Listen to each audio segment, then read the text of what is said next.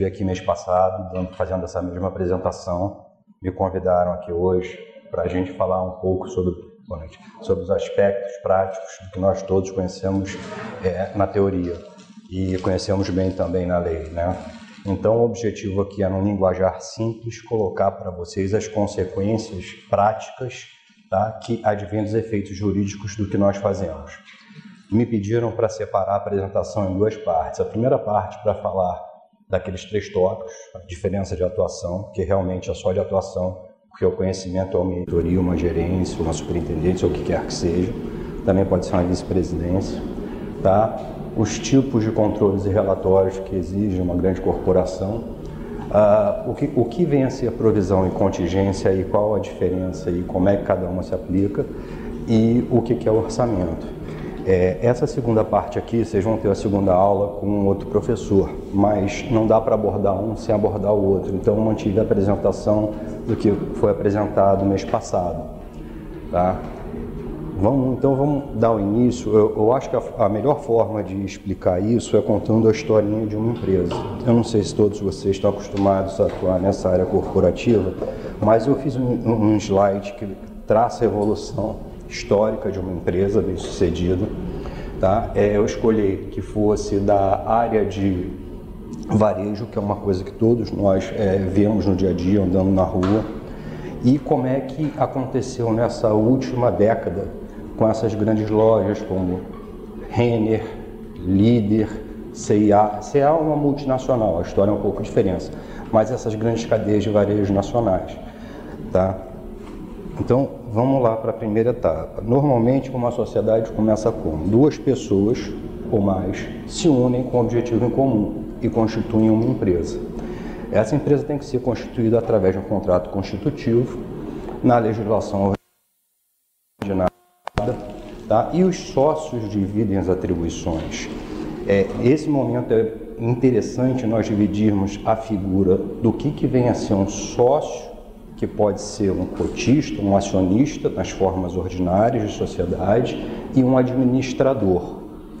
A forma mais clara de identificar isso, infelizmente, é através de um escândalo que ocorreu aí nos últimos tempos no nosso país. Vou dizer, a Petrobras. Quando nós olhamos a Petrobras, quem nós vemos sendo condenados? São os administradores e os diretores, porque praticaram algum ato ilícito. E não os acionistas, que pode ser eu ou qualquer um de vocês, que vai lá e compra a açãozinha da Petrobras na bolsa. Nas pequenas sociedades, essas figuras se confundem, porque o administrador normalmente é também o cotista da sociedade, por isso que se chama sócio-gerente, é uma palavra híbrida. Sócio porque ele detém cotas da sociedade e gerente porque ele gera a sociedade. Então, só um segundo. Tá ruim para ver, não tá? Ficou melhor, né? Então, eu me juntei aqui com o meu amigo, qual é o seu nome? Michel. Eu e o Michel nos juntamos falando assim, Michel, eu não entendo nada de área financeira, mas sei que você é craque. Porra, mas eu sei comprar e vender bem. Então vamos montar uma sociedade, vamos vender alguma coisa aqui, roupa, sapato. Você cuida aí da área financeira e administrativa, que controla tudo, é o back-office, e eu cuido da área comercial. Ele vai manter um relacionamento com quem? Bancos, basicamente, tá? E pagamento a fornecedores. E eu vou manter um relacionamento com os fornecedores e vamos montar nossa lojinha, que provavelmente vai ter 2 estoquistas, dependendo da carga horária, né? Shopping obriga as lojas a ter um momento de abertura e funcionamento maior, então é necessário ter mais turnos, tá? Então a gente vai ter uma posição de estoquista, uma de vendedor e o de caixa. E eles vão manter os relacionamentos com todos os consumidores. A empresa não tem estrutura para manter uma área administrativa, logo a área administrativa é toda feita por uma empresa de contabilidade. E esporadicamente contrata um advogado quando aparece algum problema. Tá? E o escritório de contabilidade é que vai manter relacionamento com os órgãos de fiscalização externa, que é a Secretaria da Receita Federal, a Secretaria Estadual de Fazenda, a Secretaria Municipal de Fazenda, se houver, bombeiros, etc. Tá? Nosso empreendimento foi muito bem, fomos competentes. O que nós fizemos? Criamos mais posição, porque nesse modelo anterior, nós além de gerirmos, o que acontecia? O caixa tirava o horário de almoço, quem ficava era o sócio. Acontece, o vendedor tirava o horário de almoço, quem ficava era o outro sócio. Então, completamos nosso quadro. Tá? Num momento subsequente, a coisa foi indo bem, nós criamos uma segunda unidade. Aqui é importante lembrar que a legislação brasileira não incentiva esse tipo de coisa. Por quê? Se você ultrapassar um determinado valor de faturamento, você sai daquela tributação simples. Então, o que eles fomentam? A não ter um crescimento assim, os sócios, cada um fica como empresa e no final faz um encontro financeiro. São manobras que o governo arruma para arrecadar mais e o empresário arruma para pagar menos tributo e sobreviver. Tá? Mas vamos supor que a coisa andou direito, ninguém queria extorquir ninguém. Então, montou-se uma segunda filial. Como é que se monta uma filial juridicamente? Você faz uma alteração no contrato social, tá? E ali você estabelece a abertura de uma filial. Vai ter um novo CNPJ, vai ter a CNPJ da matriz e a CNPJ da filial. Saúde. Num terceiro momento, tá? A gente evoluiu bastante, abrimos várias filiais. Não tem porque em cada filial eu tenho uma pessoa responsável pelo financeiro, uma pessoa responsável pelo estoque. Então, cria-se o back-office da empresa, que não é nada vinculado à área operacional. Todo mundo fala back-office, é tudo vinculado à área administrativa. Então, você mantém a figura dos sócios gerentes, tá? Você passa a ter um coordenador financeiro que vai manter o relacionamento com bancos. Sejam bem-vindos. Boa noite. E você vai ter um coordenador contábil. Normalmente o coordenador contábil só executa os lançamentos contábeis da empresa e os controles auxiliares, que, como nós sabemos, não existe só um livro caixa. Existe livro caixa, livro de razão, livro de apuração de ICMS, você tem que ter uma tabela própria para apurar a base de cálculo de PIS, uma para o COFINS, tem que considerar as adições e exclusões que são para contribuição social sobre o lucro. Eu não vou ficar divagando aqui sobre a área tributária, porque eu acho que não é o que importa. Mas o que eu quero dizer é, o custo do back-office para você manter uma empresa regular é o que nós chamamos de custo Brasil. O custo Brasil requer uma quantidade enorme de mão de obra para você executar todas as suas obrigações, sejam elas principais, que é o pagamento de tributos, e as acessórias, que são as informações do que transitou pela sua empresa, financeiras e econômicas. Tá? Então você passa a ter uma estrutura embaixo do sócio que cuida da área financeira e administrativa e tem uma outra estrutura embaixo da área comercial, que normalmente é o coordenador, que coordena todas as lojas, para quem os gerentes das unidades se reportam, e você passa a ter uma área de compras e logística. Tá? Essas duas áreas aqui se comunicam muito. E por que você tem isso? Porque todos os estados, eu acho que todo mundo que já ouviu falar em guerra fiscal, criam benefícios para as empresas terem suas centrais de logísticas. Aqui o Rio tem, se chama Rio Log. E você passa a ter um benefício de CMS com isso. Mas é um benefício relativo, porque, como eu disse há pouco, o empresário tem que tomar a decisão olhando o número. Vou trazer aqui uma experiência que eu tive. Por acaso alguém aqui tem afinidade com ICMS, que dá para apresentar rápido a ideia de ICMS. Tá? O ICMS é um tributo não cumulativo. O que significa dizer isso? Ordinariamente, você é uma loja, compra de um fornecedor, tá? Bom, vamos lá. Você tem a fornecedor e tem a loja. O fornecedor vende, aqui é tudo hipotético para ficar a conta redonda, tá, gente? Um determinado bem para a loja a R$100. Vamos supor que a alíquota do ICMS seja 20%, tá? Essa loja vendeu esse bem a R$150 para um terceiro. No momento que a loja comprou a R$100 e a alíquota é 20%, considerando que ela é linear, que na realidade não é, a loja tem lá um razonete, eu acho que a gente lembra da faculdade, que a gente aprendeu contabilidade, que aconteceu. Então, nós temos lá, quando ele comprou os R$100, e quando ele vendeu a 150, o que ele tinha que fazer? Ele teria que recolher R$22,50. Só que ele toma o crédito dos 15, deduz os 15 e recolhe para o fisco 7. Sistemática não cumulativa. E assim vai em toda a cadeia produtiva. Desde a fábrica lá de carro que compra o farol, tá? O valor que ele agrega ao produto só é tributado, não é o valor todo. Por isso é não cumulativo. Então, quando você é uma loja que está na sistemática normal de apuração de ICM e compra de um pequeno fornecedor que está no Simples, você não pode tomar esse crédito. A legislação não permite. O que acontece com isso? Quando você vendeu a 150, em vez de você pagar só 7,50, você vai ter que pagar R$30 para o estado de ICMS, porque a alíquota é 20% sobre 150. Eu não sei se eu consegui ser claro, isso aqui é importante. Se for o caso, a gente volta, tá? Então, a decisão de quem adquirir um determinado produto é importante, porque você pode achar assim, ah não, o sujeito está me vendendo mais barato, eu vou ganhar mais dinheiro. Mas na realidade você não vai ganhar mais dinheiro, você vai ter uma despesa maior de ICMS, porque você não pode tomar o crédito de ICMS. Então, eu só trouxe isso para colocar para vocês. Para o empresário olha número. Tá? Eu tive a oportunidade de participar de uma reunião que eu ouvi uma vez uma pessoa da minha equipe falar o seguinte: não, mas esse produto é ruim, porque me dá uma condenação em média de 200 mil por mês. Legal, condenação de 200 mil, pô, muito dinheiro, né?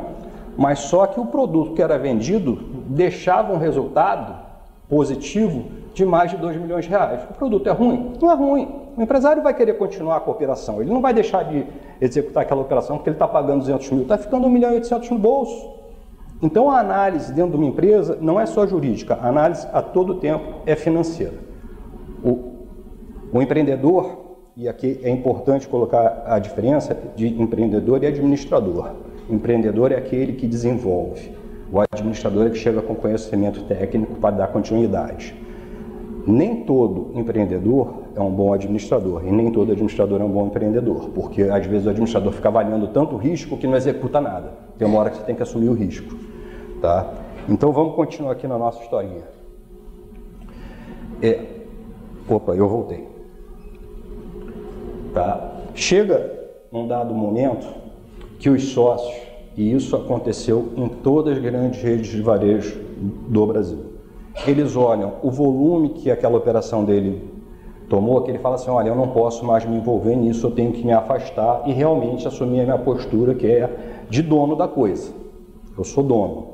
Olha, eu vou usar o linguajar mais simples possível, porque eu acho que não adianta a gente ficar falando um monte de palavras esquisitas aqui e ninguém entender, principalmente eu. Então, chega aquele momento que ele fala assim, não, eu não quero mais me envolver com o risco do negócio. Eu deixo o risco para os administradores e tiro o meu corpo fora. O que ele faz nesse momento? Ele transforma a sociedade dele numa sociedade anônima. Lembra aquele exemplo que eu trouxe aqui da Petrobras? Os acionistas não respondem por nada. Quem responde são os administradores. Então, eles se afastam da sociedade, ficam olhando de fora, chamam executivos de mercado, e até às vezes eles também integram um conselho de administração, tá? E elegem uma diretoria. A conversão de uma limitada em sociedade anônima é simples, é uma alteração do modelo dela. É um ato onde os controladores assinam, concordando em transformar a limitada em sociedade anônima. A gente está falando nesse momento em sociedade anônima de capital fechado, não tem ações na Bolsa de Valores. Tá? Então, eles elegem os diretores administrativos e financeiros e o diretor comercial. Ele vai contratar os profissionais no mercado que ele entende capazes para executar a operação. Tá? A relação com os consumidores continua sendo mantida pelas unidades, mas só que você começa a ter equipes próprias para manter o relacionamento com os órgãos externos de controle, com os bancos e com os fornecedores. E você continua, grande parte das vezes, nesse momento, com assessores contábeis externos. Eles são importantes para quê? Por conta da especialização. Nossa legislação é uma colcha de retalhos.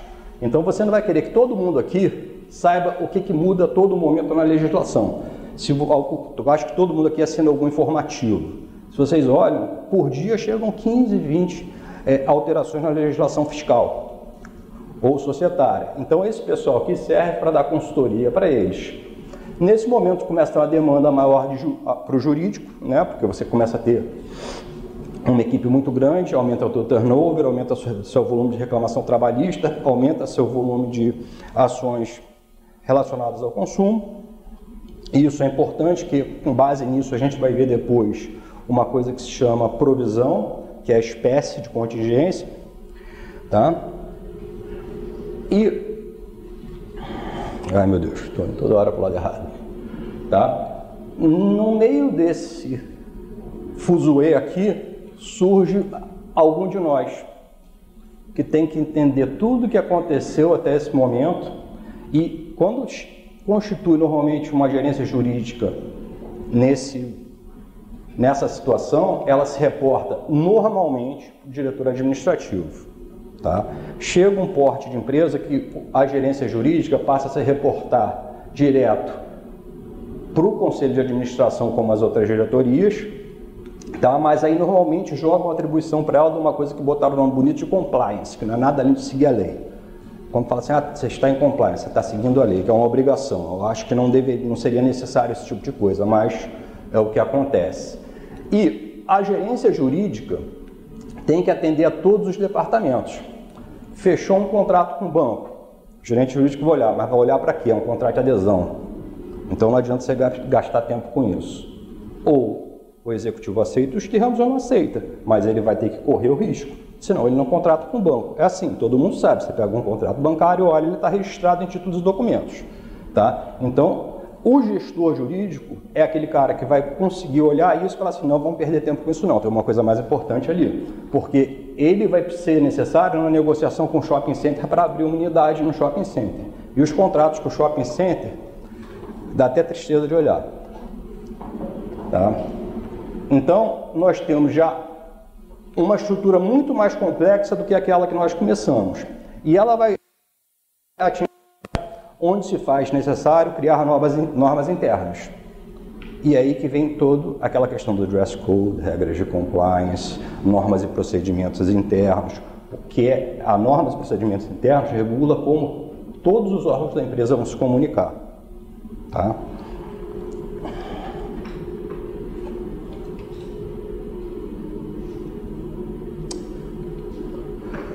Bom, continuando nesse modelo, tá? A gente teve a conversão dela como sociedade anônima. Você normalmente tem os assessores jurídicos aqui pendurados e eles têm que evoluir junto com a empresa, porque senão eles perdem o cliente. Os assessores jurídicos externos, como os contadores, têm que acompanhar o grau de evolução da empresa. E o grau de evolução da empresa requer uma especificação cada vez maior. Se eles não se atualizarem, eles passam esse limite aqui, você está vendo, eles estão atendendo aqui o conselho de administração. Se eles caírem para atender só o presidente, só o diretor financeiro, alguém vai ocupar esse espaço aqui. E aqui em cima, não é relação de consumo que está sendo discutida nem trabalhista, são relações societárias, que é um outro ramo do direito. Você não vai querer que um advogado que atua sem, não estou menosprezando ninguém, numa determinada área civil ou trabalhista, venha falar sobre uma relação societária aqui em cima envolvendo o conselho de administração e acionista. Não dá. Tá? Então você tem nesse momento aqui, e foi uma coisa que aconteceu no mercado, atingiu um determinado volume de consumidor cativo, essas lojas de varejo, o que elas fizeram? Elas montaram uma administradora de cartão de crédito. Eu não vou entrar aqui no modelo da administradora de cartão de crédito, existem vários modelos. Pode ser uma instituição financeira e pode ser uma empresa que trabalha com cláusula mandato. O que é isso? Vamos supor, todo mundo já deve ter tido um cartão sem ser bandeirado. Eu tinha antigamente, minha esposa tinha aquele líder. O que é isso?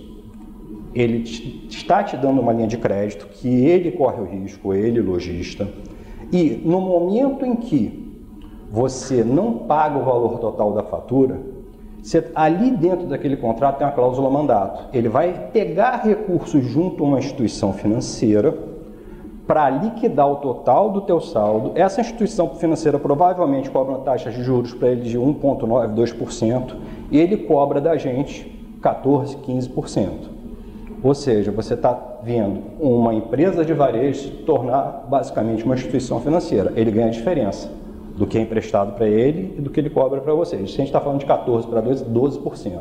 Agora você coloca isso no meio de um bom bando de gente e começa a criar uma simbiose. Um negócio alimenta o outro. Eu já vi muitos casos onde a empresa de varejo tinha prejuízo no exercício, mas a administradora de cartões tinha um resultado maravilhoso. Ele está continuando botando dinheiro no banco, que ele estaria perdendo se ele não tivesse administradora de cartões de crédito. Então, nesse momento, cria-se esse apêndice aqui. Aqui eu não estou representando de forma alguma um organograma de uma empresa. Eu estou tentando apresentar de uma forma visual uma operação. Tá? Isso aqui de longe, tá? A gente vai olhar um organograma depois. Bom, seguindo. Não, fui para o lado errado, mais uma vez. Tá? Aí, nesse momento, onde você já tem um grupo estruturado, você passa a ter uma holding. Ou seja, uma holding é uma empresa que controla a outra.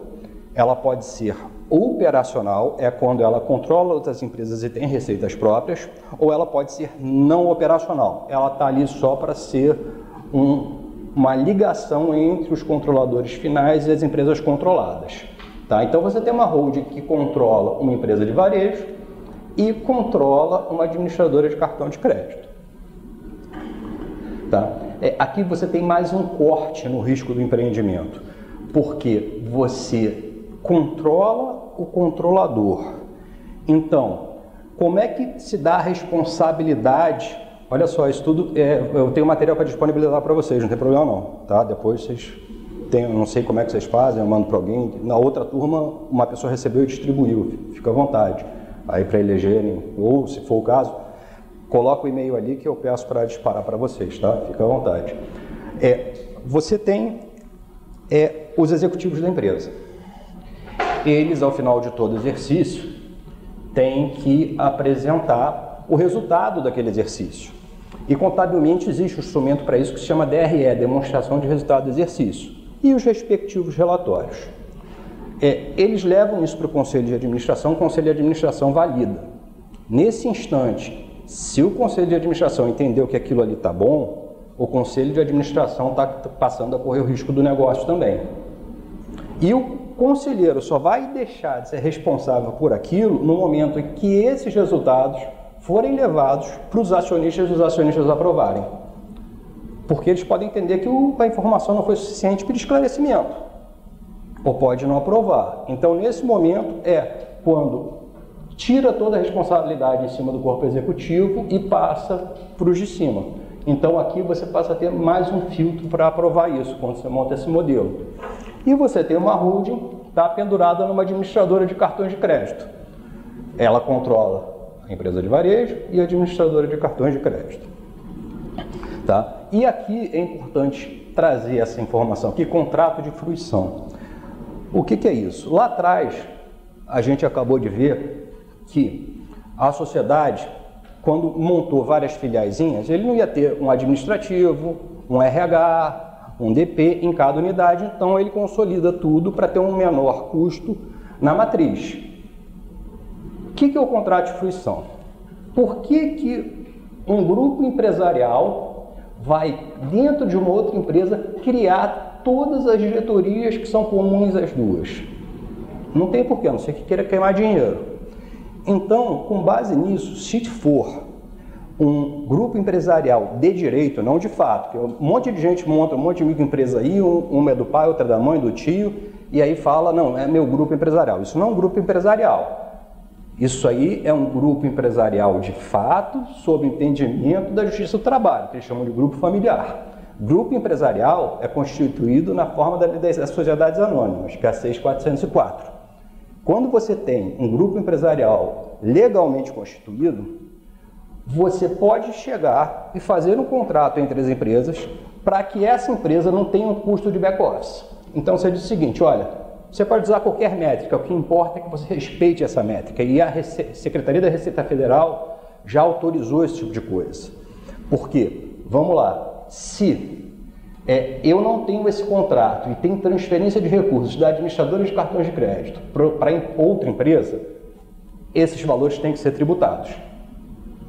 Se você tiver um contrato de fruição, esses valores que vão ser reembolso pela utilização do back-office dela não são tributados.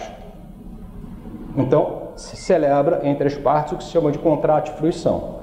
Aí você cria lá a regra, olha só, a empresa de varejo tem 1000 funcionários, a administradora de cartões de crédito tem 100 funcionários, então a administradora de cartões de crédito vai arcar com 10% dos custos do back-office.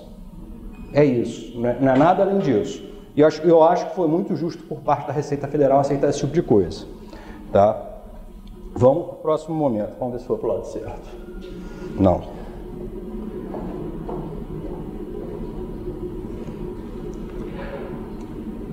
Chegou a um determinado tamanho da operação que ela começa a não conseguir alavancar recursos para continuar crescendo da forma que ela vinha crescendo. Qual é a solução que tem para isso? É efetivamente você abrir o capital. No momento que você abre capital, é aquele momento que você disponibiliza suas ações ou aqui na Bolsa de Valores ou na Bolsa de Valores de Nova York, depende de onde você vai abrir o capital. Isso serve para capitalizar a empresa. Mas no Brasil não aconteceu muito isso. Tá? O que aconteceu na realidade as administradoras de cartões de crédito têm um ativo. Qual é o ativo dela? É o nosso cadastro. E os grandes conglomerados financeiros olharam e falaram assim, poxa, tem aquele pessoal ali, tá vendo? Que é o pessoal que não tem um poder aquisitivo tão alto, que está dando dinheiro para os varejistas. Vamos comprar essa administradora de cartões? Então teve a década de 2000 a 2010 uma concentração desse mercado de cartão de crédito muito grande na mão dos grandes bancos.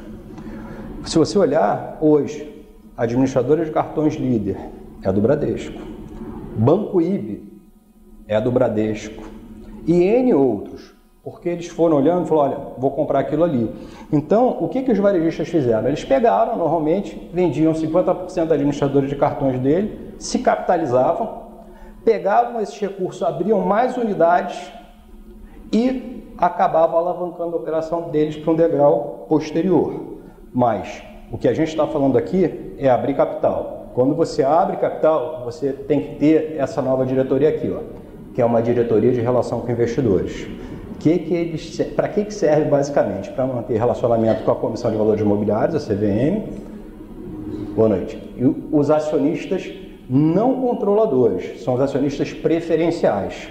Tá? Quando a gente fala em acionista preferencial, não quer dizer que ele não tem direito a voto, que você pode ter um acionista preferencial com direito a voto.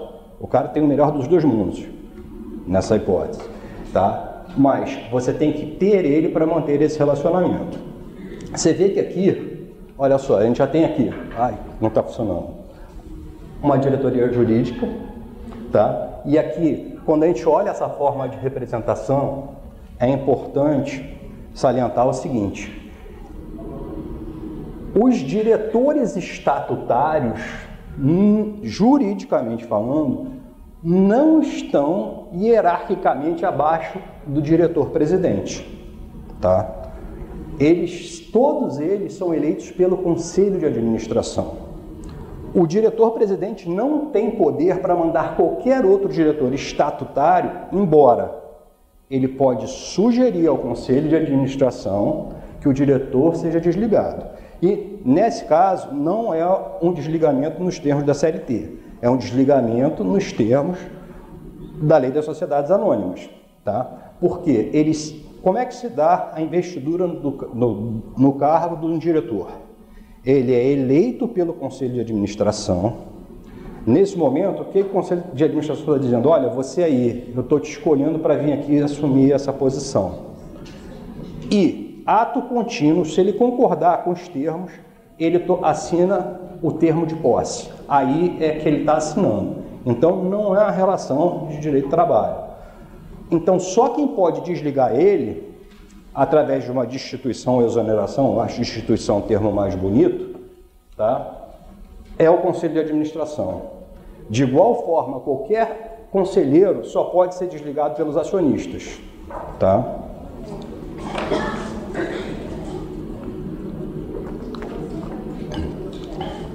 Quando a empresa chega a esse tamanho, você passa a ter, já há algum tempo, já apareceu aqui no slide, uma assessoria de imprensa, que ela tem que manter uma comunicação com o público, tá? Quando acontece alguma situação calamitosa ou que precisa de esclarecimento perante o público em geral, você tem uma assessoria de imprensa que mantém um relacionamento com os órgãos de comunicação, e você tem a auditoria interna. Para que serve ela? Por que ela está pendurada aqui ao Conselho de Administração acima do diretor-presidente? Porque o diretor-presidente é um executivo, não que o conselheiro não seja, tecnicamente falando. E se você colocar uma auditoria interna abaixo do presidente, e ele puder ter ordem de comando sobre ela, como é que ela vai fiscalizar ele? O nome dela já diz, ela serve para auditar. E ela serve para auditar o quê?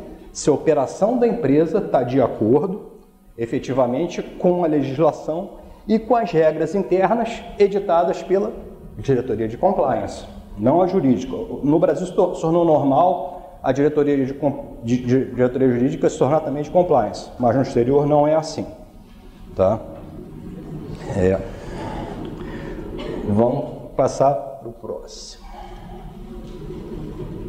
Não, fui para o lado errado mais uma vez.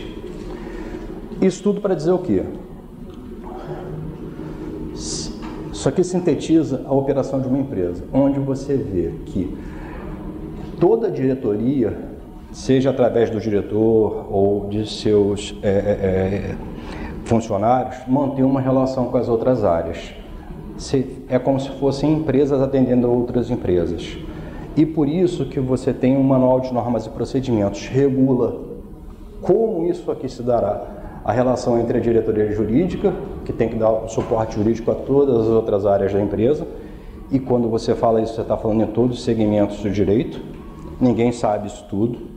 Então, você tem que ter a capacidade de conseguir efetivamente contratar as pessoas adequadas e reconhecer o seu limite e o das pessoas. Você não vai querer que um jurídico interno venha a efetivamente produzir todos os documentos necessários à abertura de capital. Tem atribuições aí que não são nem do jurídico. Então, você tem que reconhecer o limite e saber o que você vai botar para fora. Ou se é a questão da advocacia, que nós chamamos aqui normalmente de massa, que é de volume, né? Ou se é a advocacia técnica.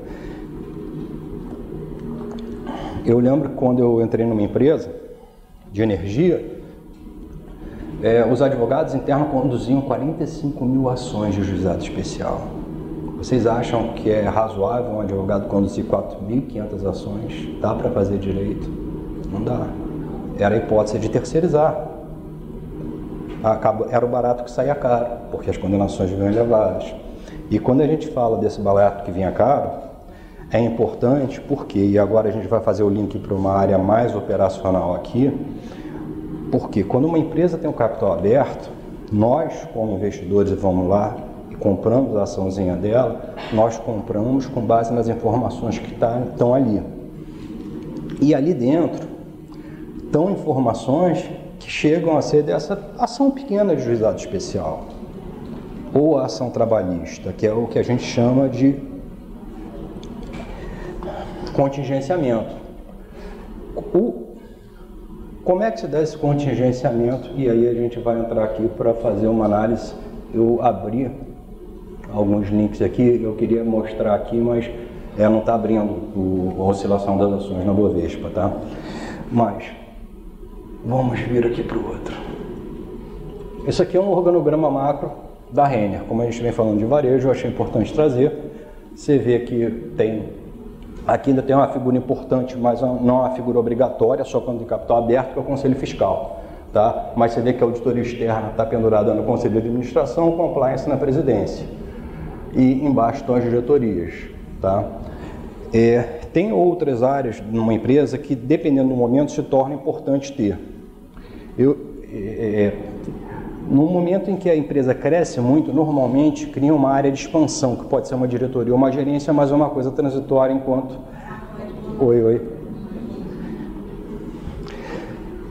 naquele momento em que a empresa está tendo um crescimento no mercado. Bom, Deixa eu ver se eu consigo chegar aqui onde eu queria mostrar para vocês. Isso aqui é um balanço patrimonial. O balanço patrimonial normalmente começam com 4 grupos, o grupo com o número 1, 2, 3 e 4. 1 são as contas de ativo, tá? 2 são as contas de passivo. Então, olhando esse momento aqui dessa empresa, tá? O que nós vemos aqui, que é o que eu queria trazer para vocês? Provisões cíveis. Você vê que em um determinado ano, ela tinha 26 milhões de reais. Isso aqui está em milhões, tá, gente? Em outro exercício, ela tinha 20. E em outro, ela mantinha esses 20. Desse exercício para esse, aconteceu alguma coisa, aumentou as provisões cíveis. O que é a provisão? Como é que eles chegam nesse número aqui? Encerrou o exercício, eles contratam os auditores externos. Os auditores externos vão e mandam a famosa carta de circularização para todos os escritórios. Ali o escritório vai analisar cada causa que por ele é patrocinado, tá? E vai dizer se a perda dela é provável, possível ou remota. A perda provável tem que aparecer aqui, porque isso aqui impacta no valor da ação lá na Bolsa de Valores. E se esse número tiver adulterado, isso pode vir aquela pessoa que está comprando a ação pagar um valor maior do que o que ela vale. Então, isso aqui é o que chamam de transparência. Se esse número está adulterado, os acionistas estão sendo lesionados, ou podem estar se dando bem, tá? Mas, como é que funciona? Se o escritório falar assim, olha, a perda é provável, está aqui. Se o escritório falar assim, pode ser que perca, pode ser que não vai impactar aqui, mas vai vir para a nota técnica de balanço. E se falar, ação é ganho, vocês não correm risco nenhum, não aparece em qualquer lugar, tá? Você vê então que aqui, deixa eu descer, vamos ver quais são esses exercícios aí, para a gente poder falar de forma mais... Esse mouse não está muito bom não. 2018, 2017, 2016. Então a gente está falando dos 3 últimos anos.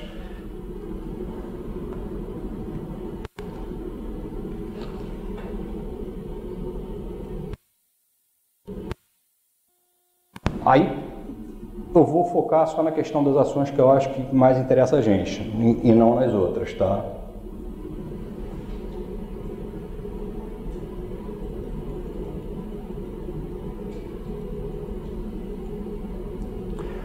Bom, então está aqui.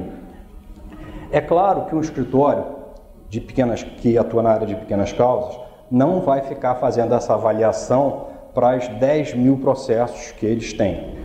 Então, o jurídico interno, que normalmente não usa só um escritório, usa 2 ou 3 até para ter uma referência e ver qual que está trabalhando melhor, ele faz uma conta média. Vamos supor, eu acho que todo mundo aqui já recebeu um cartão de crédito e no mês seguinte já vem aquele segurinho lá de R$5.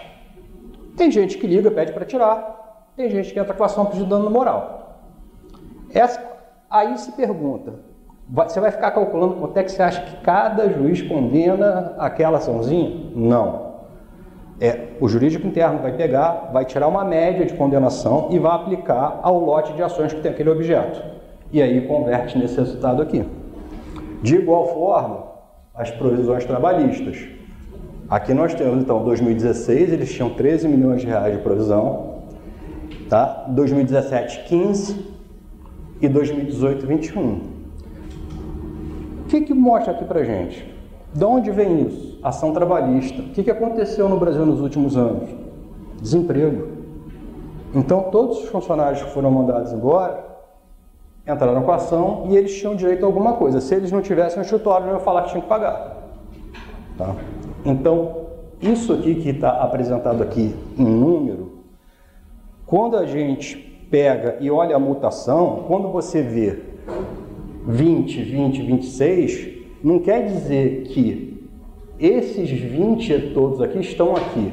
Ocorreram uma mutação na carteira de processos. Então, tiveram processos que foram pagos e entraram mais processos do que saíram, por isso que cresceu.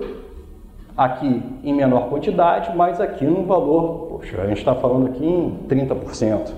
Aumentou em 30% o dinheiro que ele tem que reservar para pagar, tá, essas condenações. E por que é importante esse número? Tá? Se não dá aumento, o acionista vai lá na Bolsa de Valores e compra a ação da empresa. E isso aqui está mal avaliado, vamos supor que era uma causa muito grande, que era uma causa de 20 milhões de reais, isso aqui não é um movimento financeiro. Movimento financeiro é aquele que sai dinheiro do caixa da empresa ou do banco. Movimento econômico é que visa manter a empresa num padrão de liquidez. É o princípio da não surpresa. Você sabe que tem esse dinheirinho aqui separado para pagar aquela condenação. Se você não tiver isso aqui, tiver que pagar aquela condenação, você não criou essa expectativa. Então, o valor da ação na bolsa vai cair. É para isso que existe o balanço patrimonial. Eu tentei abrir aqui as oscilações, mas está com problema no site da Bovespa, não está aparecendo. Eu consegui abrir aqui um gráfico bem pequenininho, tá? Eu não sei qual o período, isso aí provavelmente é 2010 e 2016. Então, eu vou apontar aqui com o mouse. Você vê que aqui em 2012 as ações caíram muito. Pode ser um efeito da economia do Brasil? Pode. Pode ter sido uma loja que pegou fogo e a seguradora não pagou a cobertura? Pode. Pode ser várias coisas. O que interessa teve um momento que a ação caiu, depois subiu de novo, manteve o equilíbrio e agora no finalzinho, aqui já deve ser 2017, voltou a subir. É o aquecimento da economia. Então é isso que representa. Então não achem que por vocês serem profissionais do direito, isso não está vinculado, e é isso que eu estou tentando mostrar aqui, às demais áreas. A área financeira, a área administrativa. Isso é importante.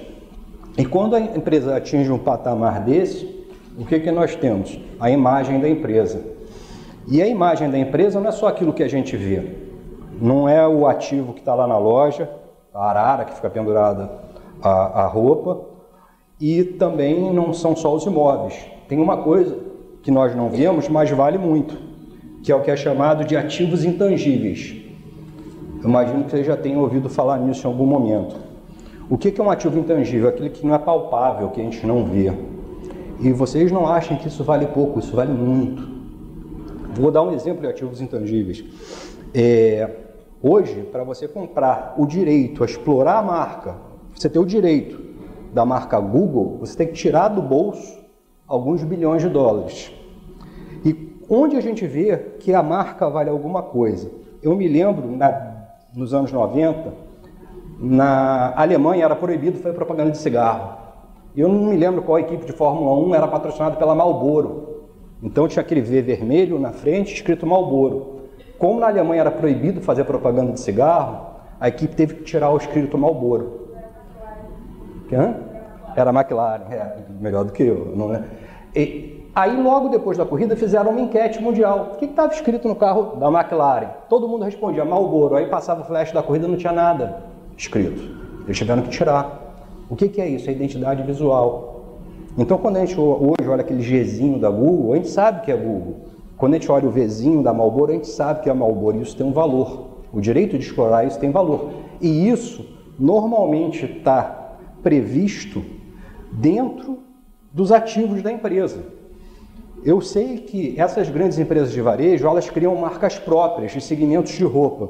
Se eu não me engano, vou trazer até um exemplo real aqui, a Líder tem uma marca chamada Tuvalu, que é de roupa de surf. Esse é um ativo intangível. E quando a Líder foi vendida, uma das maiores discussões que se teve foi o valor da marca. O patriarca achava que a marca valia mais que as lojas. Ele queria vender tudo, mas não queria vender a marca Líder. Poxa, quem não conhece Líder, quem não conhece Pênalti? Pênalti hoje não é uma marca que não vingou, mas o valor da marca Pênalti, que é vinculado ao futebol, é um valor faraônico. E quando a gente fala em ativo intangível, um dos principais ativos intangíveis da empresa é a imagem dela. Então, quando a gente fala assim, dress code, A gente acha, é besteira.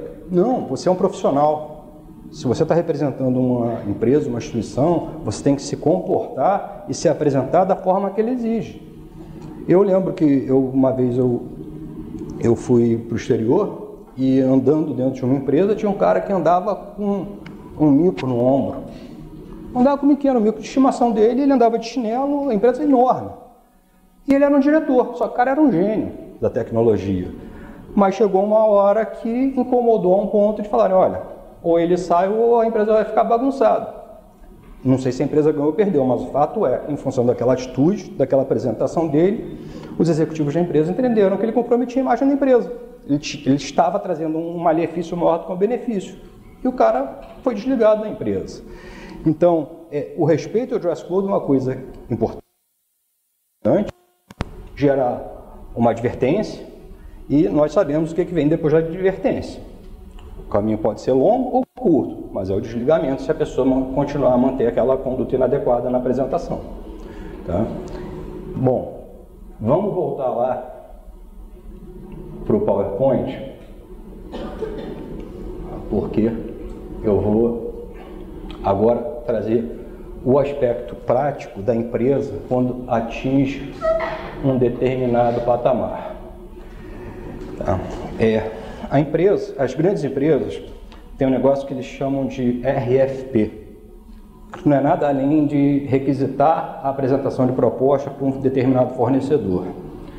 Eu ocultei o nome da empresa aqui, mas eu trouxe uma feita recentemente por uma empresa do setor de energia, tá? Que mostra todas as regras que ele tem e que ele tenta imputar a seus fornecedores.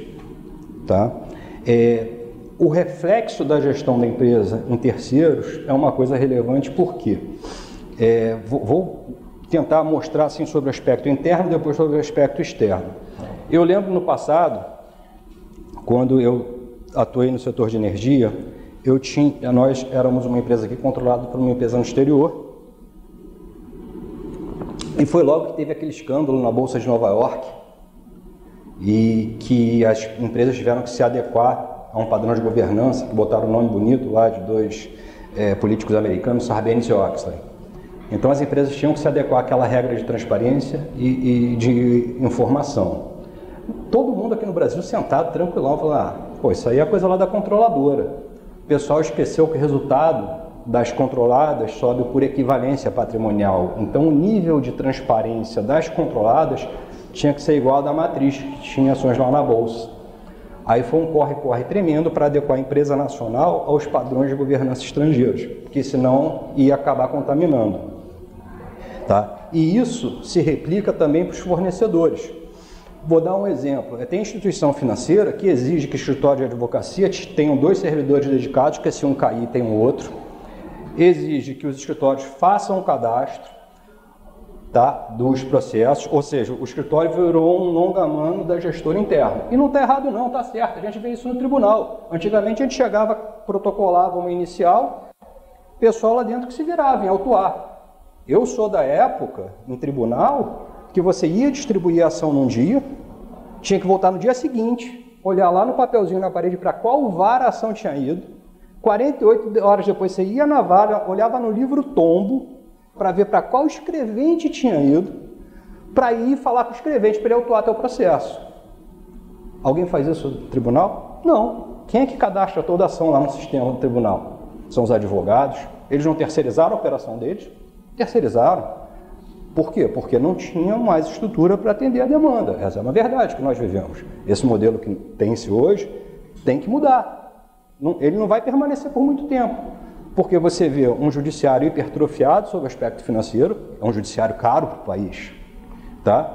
E ele não dá conta do que é demandado a ele. Então, é um modelo que vai mudar. Eu não sei se vão acabar as regalias e contratar mais gente, o que eu acho difícil, tá? Ou se vão efetivamente tomar alguma medida para reduzir a quantidade de ações, mas alguma coisa vai ter que mudar. Então, a empresa também faz isso, ela joga para fora as atribuições dela, para manter o custo dela. Isso é o papel do bom gestor, não tem nada de feio nisso. Tá? Então vamos seguir aqui. E o que ela faz? Quando ela requer que determinados escritórios apresentem a proposta, é porque ela já sabe, aquele escritório ali vai me atender no padrão que eu quero. Agora, ele além de me atender no padrão que eu quero, ele tem que cumprir determinadas regras que eu estou sujeito a cumprir, até para não me contaminar. Então você vê que ela já faz uma apresentação de proposta separada de duas formas. Proposta técnica, para saber se você tem capacidade de atender os quesitos dela, e proposta financeira, para ver se o preço é mais barato que o dos outros. Então aqui é o pedido, justamente disso. Proposta comercial. Ele já estabelece como é que ele vai te remunerar. Tá? A forma como você vai se dar a entrega, hoje normalmente é pela internet. Os documentos que você tem que apresentar para demonstrar tá de forma regular.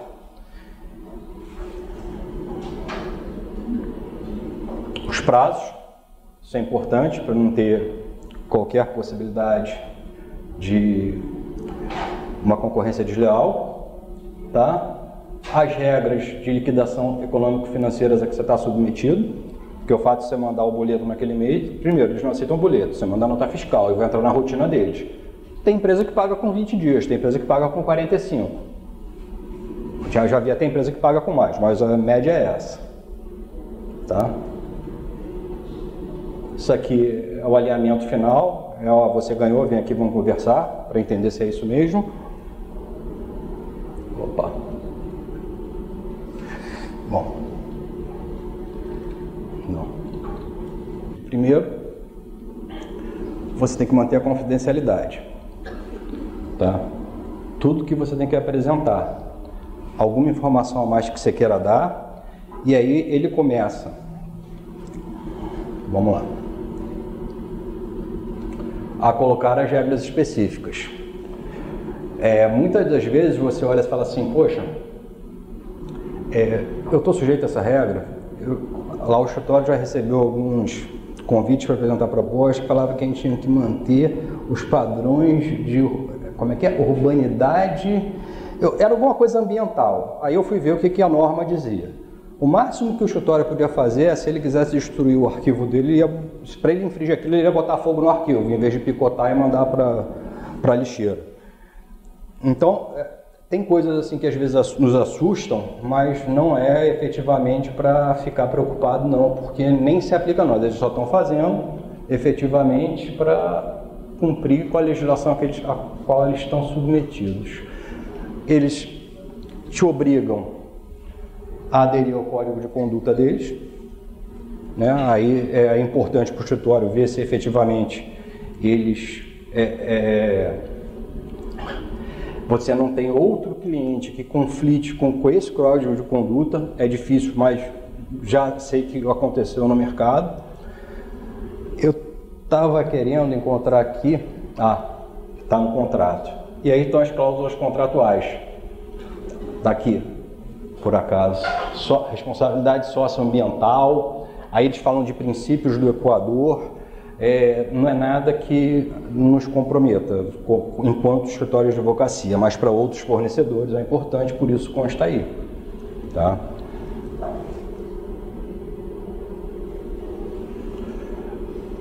Outra coisa, o que eles estão pedindo aqui? Você adere ao código de ética. Isso é padrão hoje no mercado. Tá? E eu acho que aqui terminou a apresentação. Estou aberto aí a perguntas, se vocês quiserem, um bate-papo, fica à vontade.